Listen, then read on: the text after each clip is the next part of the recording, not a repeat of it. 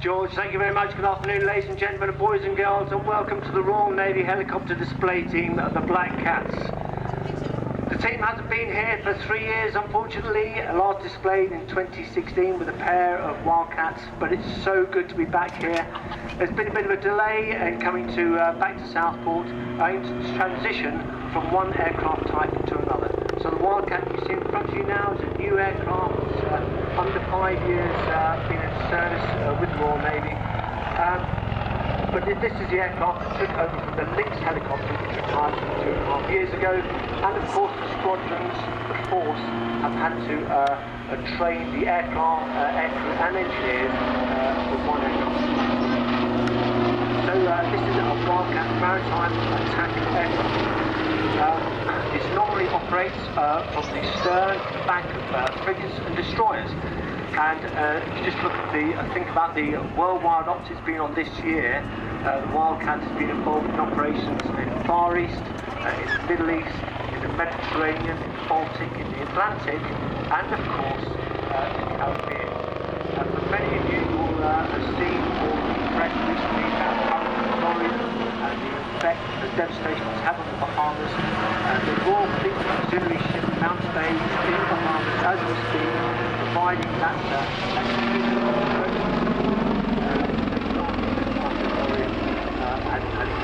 and that is not only evacuating those who are injured from the islands into hospitals, but also providing water and food and some key medical supplies, especially for the observer, observer, and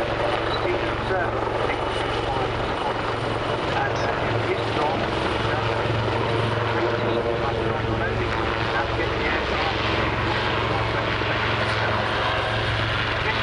now is demonstrating, which I think is probably the only aircraft today to be displaying going backwards at some 60 miles an hour before turning over the shoulder and proceeding to move across to the frontline squadron, which is 815 Naval Air Squadron. Chris is now just doing a series of slow turns and during the display all the pilots and are used in their normal business. They need to change direction and alter their profile quite suddenly.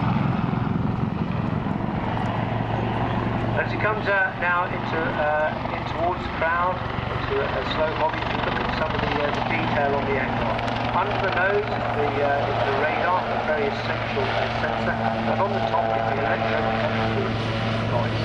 And in combination with the radar, it means you can search, you can track, and then you can identify other shipping and other items of interest.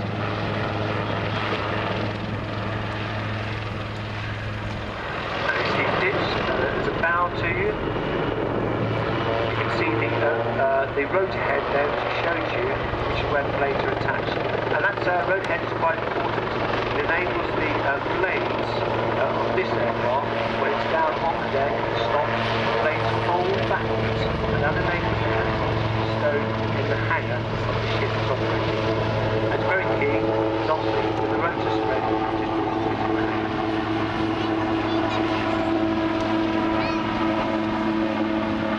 The aircraft itself has a speed of up to about 160 knots or 180-ish miles an hour. It weighs about 6 tons, which is 6,250 kg. I talked about the operation attack, maritime counter-terrorism, anti-surface warfare, anti-submarine warfare, reconnaissance and search, and that's discussed previously.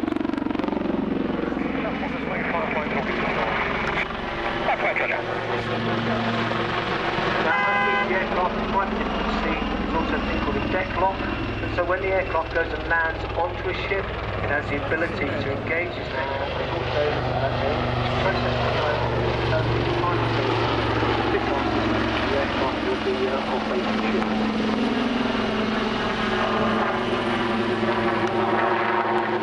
Those weapons will be the sea venom and also the mark weapons, which will be against small vessels, machine guns. It's a half-inch machine gun that can be used and that's the one that can help out when they're sorting out counter-narcotic fast attack craft moving drugs around. And that's the example of what the machine is.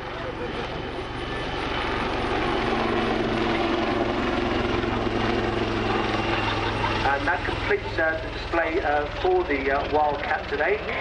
Just to say, the Black Cat trailer is in the military village, where you can meet some of the engineers there and also pick up